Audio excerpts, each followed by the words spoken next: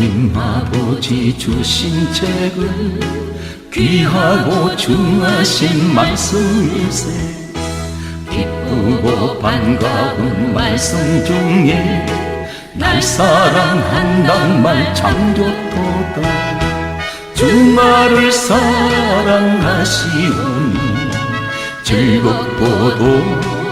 즐겁도다.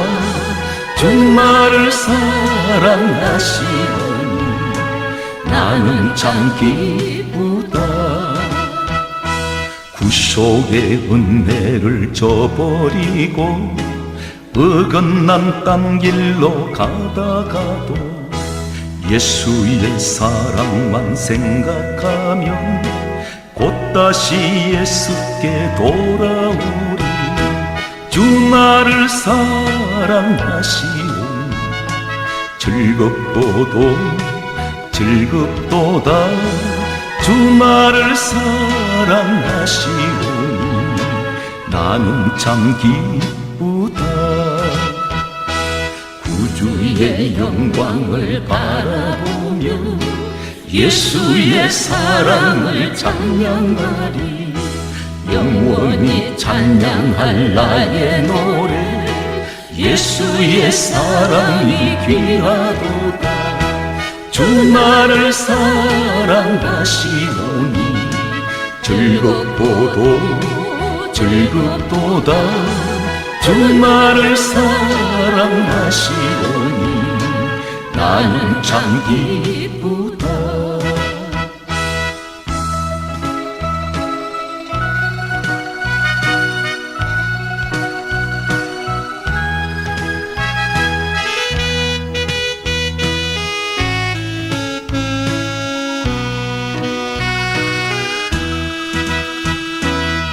예수 날 사랑하시오니 내가 또 예수를 사랑하네. 날 구해 주시려 내려오사 십자가 위에서 죽으셨네. 주말을 사랑하시오니 즐겁도다. 주말을 사랑하시오니 나는 참 기쁘다. 주 예수 날 사랑하시오니 마귀가 놀라서 물러가네. 주 예수 이렇게 사랑하니 우리는 어떻게 보답할까. 주말을 사랑하시오니 즐겁도다. 주말을 사랑하시오니 나는 참 기쁘다.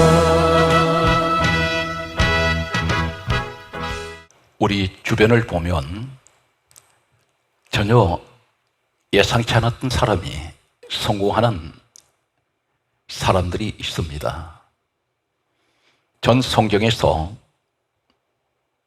노예 신분이 하루아침에 국무총리가 된 사람이 있습니다. 이 사람은 성경의 위대한 각시된 믿음의 사람들 가운데에서 가장 낮은 자리에 있던 사람이었습니다. 이 사람이 바로 구약 성경의 요셉이라는 사람입니다. 위대한 믿음의 사람이라고 하는 노아, 아브라함, 그리고 이삭, 야곱, 이 사람들은 신분이 노예 생활을 한 적이 없습니다. 모세라는 사람, 이 사람 역시 노예 생활하다가 하나님 부름받은 사람은 아닙니다. 미디안 광야에서 40년 그런 처갓집에서 생활했던 사람이었습니다. 다윗이라는 사람은 목동이었습니다. 그런데 노예 신분에서 국무총리가 된 사람, 이 땅에서 가장 낮은 자리에 있었던 사람, 많은 사람들에게 조롱거리, 그리고 많은 사람들에게 무시당하고 핍박당하고, 그 당시 노예 생활이라는 것은 마치 짐승 취급을 받았던 그러한 자리입니다. 요셉이 어떻게 해서 노예가 하루아침에, 이 사람이 더구나 노예 신분에서 죄수로 있었던 감옥에서 바로 국무총리가 된 이 사람은 어떻게 해서 이렇게 귀한 신분이 되었을까요? 창세기 41장 오늘 본문 내용은 요셉이 국무총리가 된 사건을 기록하고 있습니다. 성경은 단순하게 하나님께서 요셉이 노예 생활하던 그가 감옥에 있던 죄수가 국무총리가 되었더라 이렇게 말씀하시면 간단하게 설명할 수가 있을 것입니다. 그런데 성경은 자세하게 이 요셉이 국무총리가 된 그 배경을 기록하고 있습니다. 역시 오늘 참고로 먼저 말씀을 드리는 것은 성경은 누가 기록을 하게 하셨습니까? 이사야 34장 16절과 디모데 후서 3장 16절 말씀을 보면 하나님께서 성경을 기록하게 하셨습니다. 기록은 사람이 했습니다. 그렇다면 오늘 요셉의 이 이야기 속에 모든 내용은 하나님께서 자세하게 기록하게 하신 하나님의 뜻이 계십니다. 요셉이 국무총리가 되었을 때에 성경 말씀은 이 요셉에 관해서 창세기 41장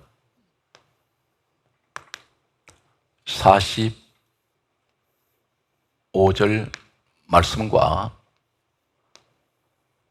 47절 말씀과 48절 말씀을 기록하게 하시고 다음과 같이 말씀하고 있습니다. 창세기 41장 45절 말씀에는 요셉이 국무총리가 되었을 때 요셉의 이름이 다른 이름으로 바꿔졌습니다. 사브낫 바네아. 이 사브낫 바네아라는 이름이 요셉이 국무총리가 되고 난 후에 지어진 이름입니다. 구약 성경은 원문이 히브리어로 되고 있습니다. 그런데 애굽어로 우리가 번역을 할 때 이 사브낫 바네아라는 이 이름은 하나님께서 말씀하시고 하나님께서 살아계시다 이 뜻이 애굽어로는 사브낫 바네아의 이름의 의미입니다. 하나님께서 말씀하시고 하나님께서 살아계신다는 이 사브낫 바네아의 애굽의 이 의미는 어떤 의미를 우리가 이야기할 수 있습니까? 하나님께서 말씀하신 대로 하나님께서 요셉을 국무총리로 세우신 것은 하나님께서 살아계시기 때문입니다. 성경 말씀은 이 요셉이 국무총리가 되었던 이 배경을 한 가지를 계속해서 하나님께서 성경을 기록하게 하신 하나님께서 강조하시는 메시지가 있습니다. 이 내용이 창세기 41장 47절의 말씀을 보게 되면 7해 풍년이 들매 토지 소출이 심히 많은지라 이렇게 기록하고 있습니다. 창세기 41장 47절에 그렇게 말씀하고 있습니다. 7해 풍년이 들매 토지 소출이 심히 많은지라 곡식이 넘쳐났습니다. 심히 많은지라 이 말씀은 쌓을 수 없을 만큼 곡식이 풍성해졌습니다. 풍년이라는 말씀을 사용하고 있습니다. 곡식 풍년이 왔습니다. 이때에 요셉이 국무총리가 됩니다. 창세기 41장 48절의 말씀을 보게 되면 각 성에 이 곡식들을 저장하고 이렇게 말씀합니다. 원문에는 저장하고 저축했다는 말씀이 동시에 기록이 되어 있습니다. 저장과 저축은 다른 의미를 가지고 있습니다. 저장은 보관한다는 것이고 저축은 어떤 것입니까? 마치 예를 들면 은행에 갔을 때 내가 한꺼번에 목돈을 은행에다가 예금을 하는 경우가 있습니다. 또 한 경우는 틈틈이 돈이 있을 때마다 은행에 가서 돈을 맡깁니다. 이것이 저축이라고 말합니다. 오늘 이 저축, 저장이라는 의미는 계속해서 양식을 성에다가, 창고에다가 계속해서 쌓고 채워 넣었다는 것입니다. 한 번이 아니라 계속해서 그렇게 곡식을 저장했습니다. 저축했습니다. 오늘 성경 말씀은 이 내용은 또 우리에게 무엇을 말씀하고 있습니까? 성경 말씀을 보면 요한복음 6장 63절 말씀에는 예수님께서 이렇게 말씀하셨습니다. 이 사건 이후에 수천 년이 흐른 후에 이 땅에 오신 우리 예수님께서는 하시는 말씀이 내 말은 영이요, 그렇게 말씀하셨습니다. 영적인 이야기라는 것입니다. 요셉이 곡식 풍년 만났을 때 국무총리가 되었습니다. 오늘 곡식은 씨앗입니다. 이 씨앗을 가리켜 씨는 무엇을 영적으로 말씀하고 있습니까? 우리 주님께서 말씀하시기를 누가복음 8장 11절과 아모스 8장 11절 말씀을 보면 누가복음 8장 11절은 다음과 같이 말씀하고 있습니다. 씨는 하나님의 말씀이요, 씨앗이 하나님의 말씀이라고 하셨습니다. 주님께서 친히 말씀하셨습니다. 다시 말씀드려서 영적 사건으로 보게 되면 요셉이 곡식 풍년을 만났을 때 국무총리가 된 것은 영적 사건으로 보면 말씀 풍년을 만나면 오늘 하나님께서는 노예 신분에서, 죄수의 신분에서 국무총리로 세우시는 요셉의 모습을 통하여 우리에게 말씀합니다. 신분이 달라집니다. 말씀 풍년 시대가 되어야 됩니다. 하나님께서는 아모스 8장 11절에 이렇게 말씀하셨습니다. 주 여호와의 말씀이니라. 보라, 날이 이를지라. 마지막 때를 말씀하고 있습니다. 말세가 가까이 오면은 주 여호와의 말씀이니라.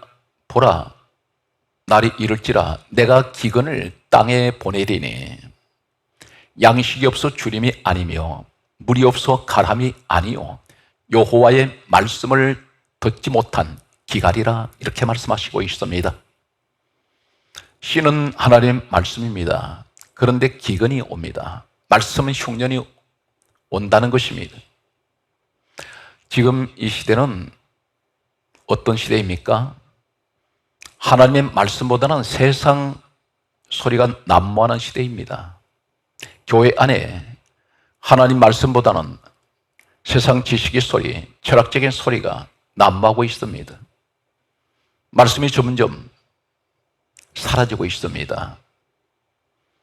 기근을 땅에 보내시는데 이 기근이 하나님의 말씀을 듣지 못한 기갈이라 했습니다. 신앙생활에서 최고의 복은 어떤 복입니까? 하나님 말씀 풍년을 만난 복입니다.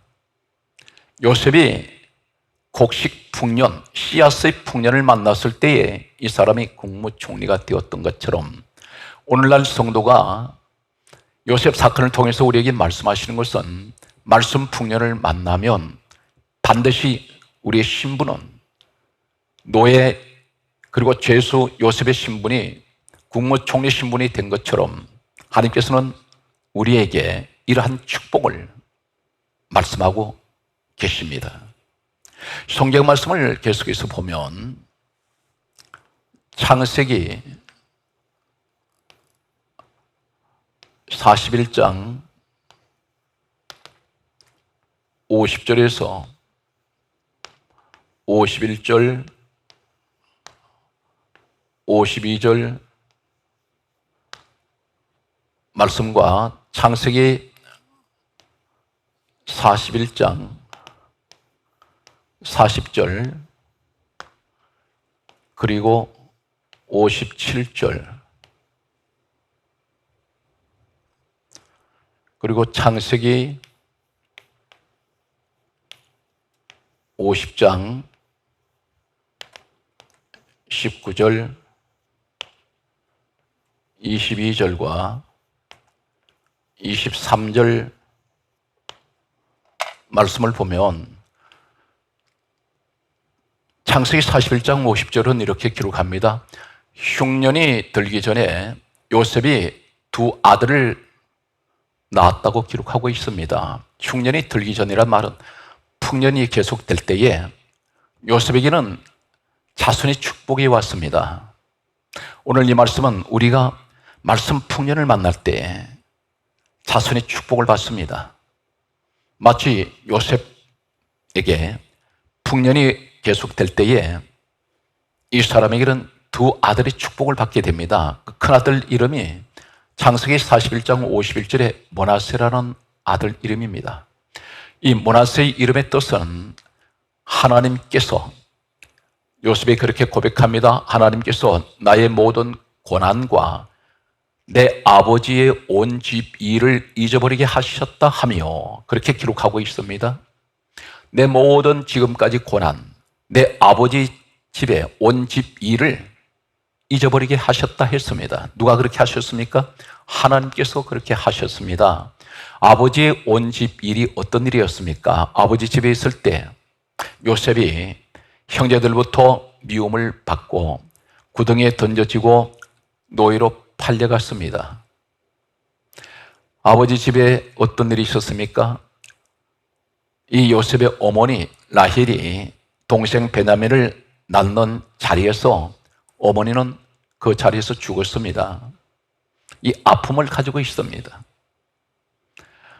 그러나 그에게 풍년이 왔을 때에 하나님께서 나의 모든 그동안의 고난, 내 아버지의 온 집 일을 잊어버리게 하셨습니다. 사랑하는 성도 여러분, 이 시대에 씨는 하나님의 말씀이라고 분명히 우리 주님께서 말씀하신 것 같이 요셉이 곡식 풍년을 만났을 때에 지금까지 모든 고난을 다 잊어버리게 하셨던 우리 하나님께서 오늘 우리에게도 말씀하십니다.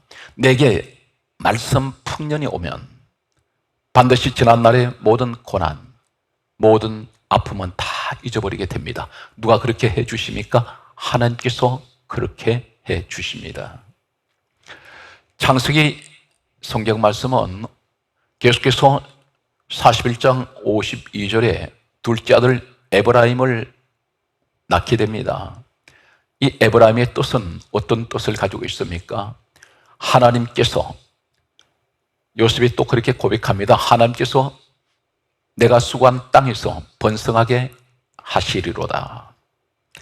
하나님께서 이 요셉이 수고한 땅에서 번성하게 하신다고 했습니다. 하셨다라고 그렇게 기록하고 있습니다. 풍년이 왔을 때에 요셉에게는 자손의 축복이 왔습니다. 지난날의 모든 고난은 다 잊어버리게 하셨습니다. 그리고 자신이 수고한 땅에서 하나님은 번성하게 하신다고 고백하고 있습니다. 실제적으로 이 요셉은 30세의 국무총리의 자리에 오르면서 그 이후에 이 사람은 잠시 후에 소개드리겠습니다만 110세까지 이 땅에서 그는 살았습니다. 곡식 풍년을 만나고 난 이후부터 이 사람은 다시는 고난이 오지 않습니다. 성경에는 국무총리가 되고 난 이후에 요셉이 고난받았다는 말씀은 한마디도 기록이 없습니다. 오늘 우리가 이 어려운 시기에 하는 말씀을 내가 풍년을 만났을 때에 하나님께서는 우리에게 오늘 요셉처럼 환난이 없고 고난이 없는 그러한 축복을 약속을 하고 있습니다. 곡식을 저장하고 저축한다 했습니다. 오늘 우리에게 이 대단히 중요한 영적인 하나님께서 주시는 축복은 어떤 말씀입니까? 우리 심령 창고, 마음 창고에, 내 마음 속에 하나님 말씀을 일주일에 한 번 말씀을 내가 듣고 이것이 내가 저축이 되지 않습니다. 저장이 되지 않습니다. 계속해서 틈틈이 하나님 말씀을 내가 늘 묵상하고 하나님 말씀을 늘 들어야 합니다. 그러면서 내 심령 속에 말씀이 계속해서 채워져야 됩니다. 예수님께서 말씀하신 주 기도 말씀이 있습니다. 우리에게 너희는 이렇게 기도하라. 그렇게 가르쳐 주신 기도가 있습니다. 그 가운데 가르쳐 주신 그 내용 가운데 우리에게 일용할 양식을 주옵시고 이 말씀이 있습니다. 우리가 흔히 생각할 때 육신의 양식으로 생각을 하시는 분이 있습니다. 그러나 예수님께서는 이 땅에 오셔서 육신을 위해서 살아라고 말씀하신 적이 없습니다. 이 말씀은 곧 무엇을 말씀합니까? 매일같이 일용할 영혼의 양식, 하나님의 말씀을 늘 받고 그 말씀을 묵상하며 그 말씀을 붙들고 살아라는 것입니다. 우리에게 일용할 양식, 내 영혼의 양식은 만나는 하나님 말씀입니다. 유명한 운동선수가 올림픽 대회에 출전을 하려면 4년마다 올림픽 대회가 개최됩니다. 그런데 능력 있고 유명한 운동선수가 되기 위해서는 갑자기 몇 시간 운동한다 해서 유명한 운동선수가 되지는 않습니다. 올림픽에 출전한 사람은 밤낮 없이 똑같은 훈련을 거듭합니다. 계속합니다. 비가 와도 눈이 와도 그리고 낮이나 밤이나 강훈련을 합니다. 그러면서 이 사람들은 유명한 운동선수로 국가대표로 선발되기도 합니다. 그리고 올림픽에서 금메달을 수상하기도 합니다. 우리에게 무엇을 말씀합니까? 하는 말씀은 갑자기 한 번 들었다 해서 그것으로 채워지지 않습니다. 매일같이 우리는 하나님의 말씀을 묵상하고 들어야 합니다. 오늘 성경 말씀은 계속해서 요셉이 풍년이 왔을 때에 그에게는 특별히 5가지 축복을 받게 됩니다. 창세기 41장 40절 말씀을 보게 되면 국무총리가 될 때에 그는 모든 것을 다스리게 됩니다. 지배받던 자가 지배를 합니다. 사람들에게 다스림을 받던 자가 다스리게 되었습니다. 신분이 달라집니다. 하나님께서 지금 말씀하시는 성경을 기록하게 하신 하나님이 어떤 뜻을 가지고 계십니까? 풍년이라는 말씀을 계속해서 말씀하고 있습니다. 곡식풍년, 씨는 하나님 말씀인데 우리에게 말씀 풍년을 만나라는 것입니다. 그때에 이 요셉은 모든 것을 지배를 하고 다스립니다. 물질을 다스리고 사람을 다스립니다. 환경을 다스립니다. 하나님께서는 우리에게 말씀 풍년을 만났을 때에 환경을 지배할 수 있는 그런 다스림의 권세를 우리에게 약속하고 계십니다. 창세기 41장 57절에 보게 되면 성경 말씀은 이렇게 기록하고 있습니다. 각국 백성이 요셉에게로 모여들었습니다. 수많은 사람들이 요셉 주변을 마치 애워사다시피 사람들이 몰려들었습니다. 그들은 요셉을 좋아합니다. 그들은 요셉과 가까이 있고 싶합니다. 이것이 곧 요셉의 풍년을 만났던 이 요셉의 모습입니다. 오늘날 우리의 모습이 어떻습니까? 몇 사람 되지 않는 사람들조차 내 곁에서 떠나가는 사람들이 있습니다. 말씀 풍년을 만난 사람은 은혜의 사람입니다. 세상 것을 의지하지 않습니다. 하나님 말씀을 의지하는 사람들입니다. 이 사람들에게 하나님께서는 많은 사람들을 보내주십니다. 특히 사업을 경영하는 분들, 직장 생활에 일한 분이 있다면 수많은 사람들이 그 기업으로 몰려들 것입니다. 창세기 50장 19절 말씀을 보면 사람들이 요셉을 두려워합니다. 만만하게 보지를 않습니다. 업신여기지 않습니다. 함부로 대하지 않습니다. 우리에게 말씀 풍년을 주여 주시옵소서. 늘 말씀 가운데 살기 원하고 풍성한 말씀의 은혜가 내게도 있게 하여 주옵소서. 우리는 간절한 마음으로 이러한 소망을 가지고 하나님께 기도를 드려야 합니다. 창세기 50장 22절 말씀을 보게 되면 요셉은 110세까지 그는 장수하며 건강의 축복을 받았습니다. 장수의 복을 누렸습니다. 그리고 다섯 번째 요셉의 풍년을 만났을 때에 그 이후에 이 사람은 어떤 축복을 계속 받습니까? 창세기 50장 23절에는 이 사람은 살아있을 때 4대의 자손의 복을 받습니다. 오늘 우리는 어떤 모습입니까?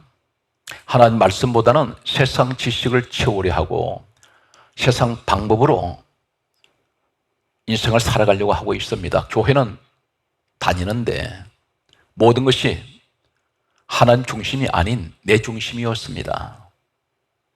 전부 내 방법, 내 생각, 내 지식을 믿고 살아가고 있습니다.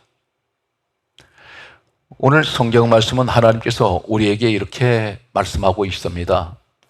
시편 119편 50절 말씀과 시편 119편 103절 말씀과 시편 119편 161절 말씀과 162절 말씀을 말씀하시고 있습니다. 시편 119편 50절은 이 말씀은 내 고난 중에 위로라. 주의 말씀이 나를 살리셨나이다. 하나님 말씀은 내 고난 중에 위로가 됩니다. 그리고 하나님 말씀이 나를 살리셨다라고 그렇게 시편 기자는 고백하고 있습니다. 이 말씀이 바로 우리에게 주시는 말씀으로 받으시기 바랍니다. 하나님 말씀이 내 고난 중에 위로가 됩니다. 사람의 말은 위로가 될 수가 없습니다. 하나님 말씀은 곧 나를 살리는 생명의 말씀이기 때문입니다. 시편 119편 103절은 시편 기자는 이렇게 말씀을 사모했습니다. 주의 말씀의 맛이 내게 어찌 그리 단지요 내 입에 꿀보다 더하나이다. 하나님 말씀이 꿀보다 더 달다고 있습니다. 늘 이 시편 기자는 하나님 말씀을 사모했습니다. 말씀을 듣고 읽을 때마다 이 사람은 말씀의 맛이 어찌 그리 내게 답니까? 표현할 수가 없습니다. 시편 119편 161절에 시편 기자는 계속해서 이렇게 고백하고 있습니다. 나의 마음은 주의 말씀만 경외하나이다. 나의 마음은 주의 말씀만 경외합니다. 하나님 말씀은 높이고 하나님 말씀만 찬양합니다.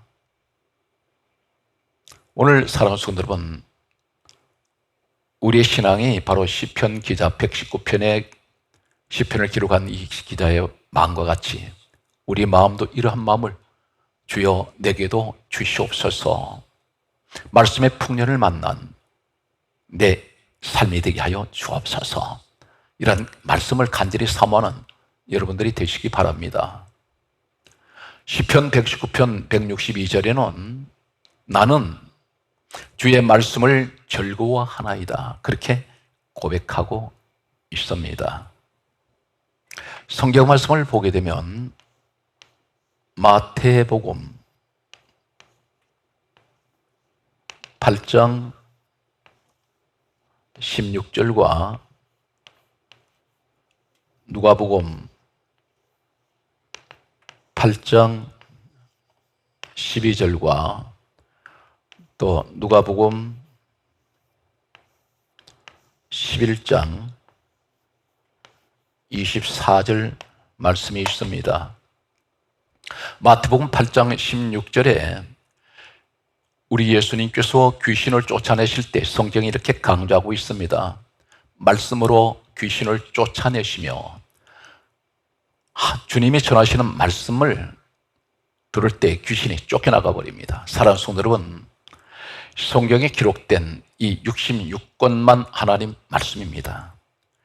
성경 이 말씀을 어디로 읽어도 하나님 말씀입니다. 말씀을 들을 때에 우리 가운데 우리를 고통주고 괴롭히는 이 귀신은 쫓겨나갑니다.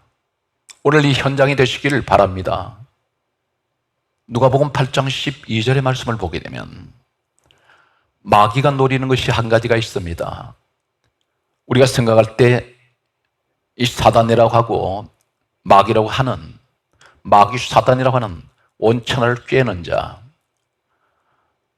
계시록 12장 9절에 그렇게 말씀하시는 이 마귀라고도 하고 사단이라고 하는 이 악한 영이 성도들에게서 무엇을 빼앗아 갈까요?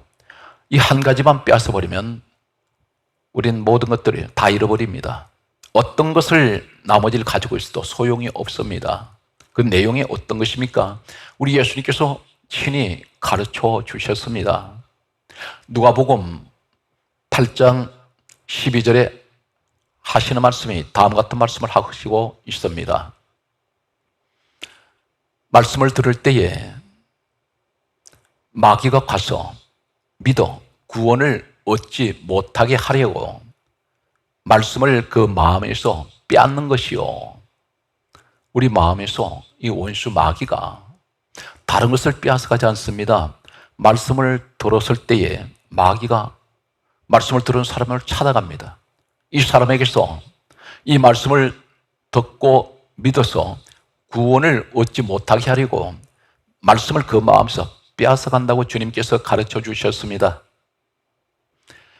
예배를 드렸는데 주의 종으로부터 하나님의 말씀을 들었습니다.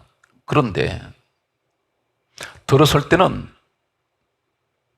그 말씀이 생각이 났는데 예배 끝나자마자 성전문을 나서는 순간부터 오늘 무슨 말씀을 들었는지 기억이 없습니다. 심지어 오늘 말씀의 본문이 어디이며 제목이 무엇인조차 모릅니다. 영적으로 보게 되면 이 사람은 말씀을 들었을 때 마귀가 가서 믿어 구원을 얻지 못하게 하려고 이미 말씀을 그 마음에서 뺏겼습니다.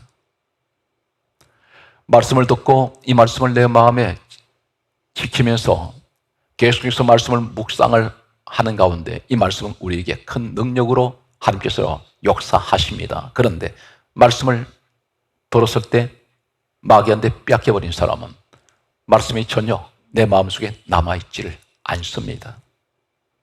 성경 말씀은 예수님께서 계속해서 가르쳐 주시기를 누가복음 11장 24절 말씀에 보게 되면 다음과 같은 말씀을 하고 있습니다.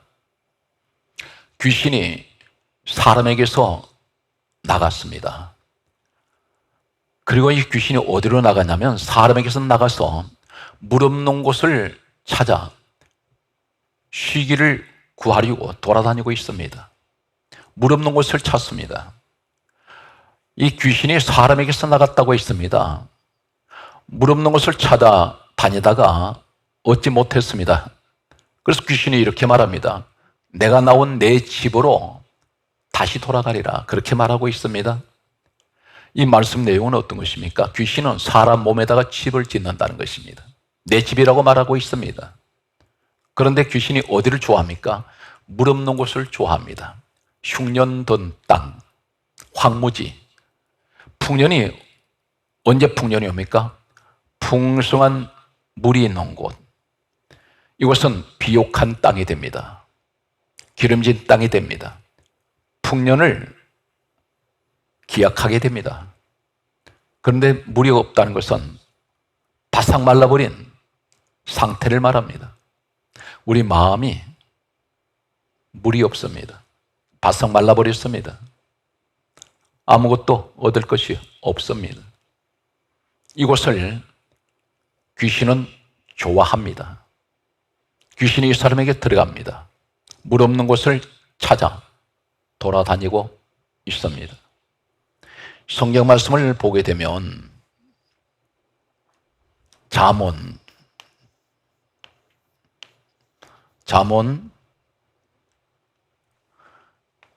13장 13절과 에스겔 37장 4절, 잠언 13장 13절 말씀을 보게 되면 하나님께서 말씀하시기를 말씀을 멸시하는 자는 패망을 이룬다고 했습니다. 패망을 이룬다 했습니다. 망해버린다는 것입니다. 하나님 말씀을 귀하게 여기십시오. 하나님 말씀이 생명입니다. 오늘 성경 말씀은 에스겔 37장 4절 말씀에 보게 되면 하나님의 영이 에스겔을 골짜기로 데리고 가셨습니다. 그곳에 마른 뼈들이 산더미처럼 쌓여 있었습니다. 하나님께서 하나님 영이 에스겔에게 다음과 같이 말씀하십니다. 인자야, 너는 하나님 말씀을 이 마른 뼈들을 향하여 대언하라 하셨습니다. 대언이란 말은 너 감정적으로 전하지 말고 하나님 말씀을 전하라는 것입니다. 이것이 대언입니다. 하나님 말씀을 이 마른 뼈들을 향해서 전했을 때에 마른 뼈들이 살아 일어났습니다. 그리고 큰 군대를 이루었습니다. 이것이 하나님 말씀의 능력이며 기적입니다. 하나님 말씀은 마른 뼈를 살아나게 만드십니다. 성경 말씀을 보게 되면 하나님 말씀은 어떤 말씀입니까? 사도행전 13장 26절 그리고 14장 3절 디모데 전서 4장 6절 히브리서 1장 3절 야고보서 1장 18절 말씀을 보게 되면 사도행전 13장 26절은 하나님 말씀은 구원이라고 말씀하고 있습니다. 구원의 말씀. 사도행전 14장 3절에는 하나님 말씀을 가리켜 은혜라고 말씀하고 있습니다. 은혜의 말씀. 디모데전서 4장 6절은 말씀하고 있습니다. 하나님 말씀이 곧 믿음이라고 했습니다. 우리가 믿는다는 것은 하나님 말씀을 믿는다는 것입니다. 그래서 말씀하시기를 믿음의 말씀이라고 했습니다. 히브리서 1장 3절은 하나님 말씀은 능력입니다. 천지를 창조하신 하나님의 놀라운 능력이 바로 하나님의 말씀입니다. 야고보서 1장 18절은 하나님의 말씀을 가리켜 진리의 말씀이라고 했습니다. 이어서 계속되는 말씀을 보면 하나님의 말씀은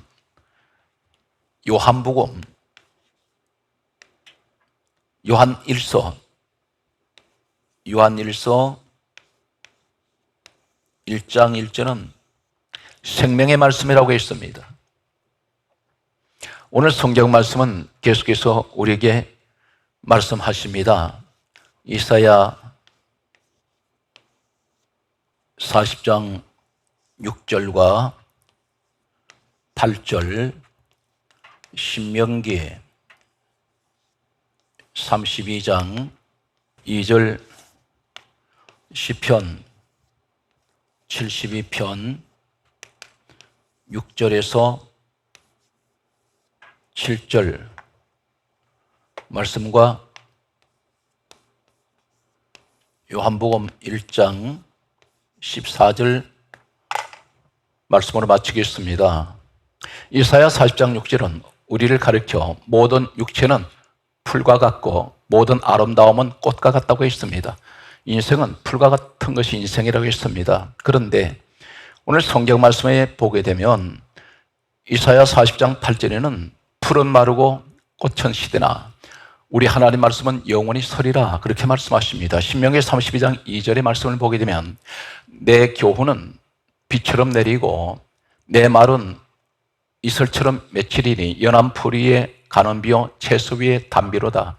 이 풀을 인생을 말씀하는데 하나님께서 내리시는 한 말씀의 비를 맞으면 이것들이 죽은 것이 살아납니다. 어떻게 살아납니까? 시편 72편 6절 말씀을 보게 되면 그런 뱀풀에 내리는 비같이 그리고 땅을 적시는 소낙비같이 이 말이니 그렇게 말씀합니다.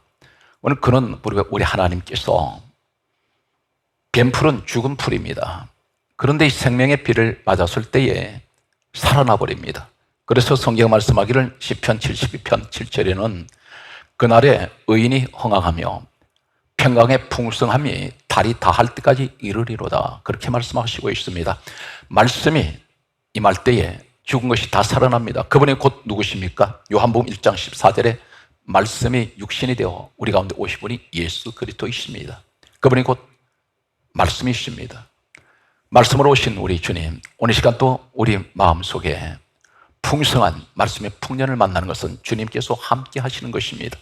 범사에 우리 모든 신앙생활에 풍년의 생활이 되시고 풍성한 말씀의 풍년이 여러분과 늘 함께 하시기를 주의 이름으로 축복합니다.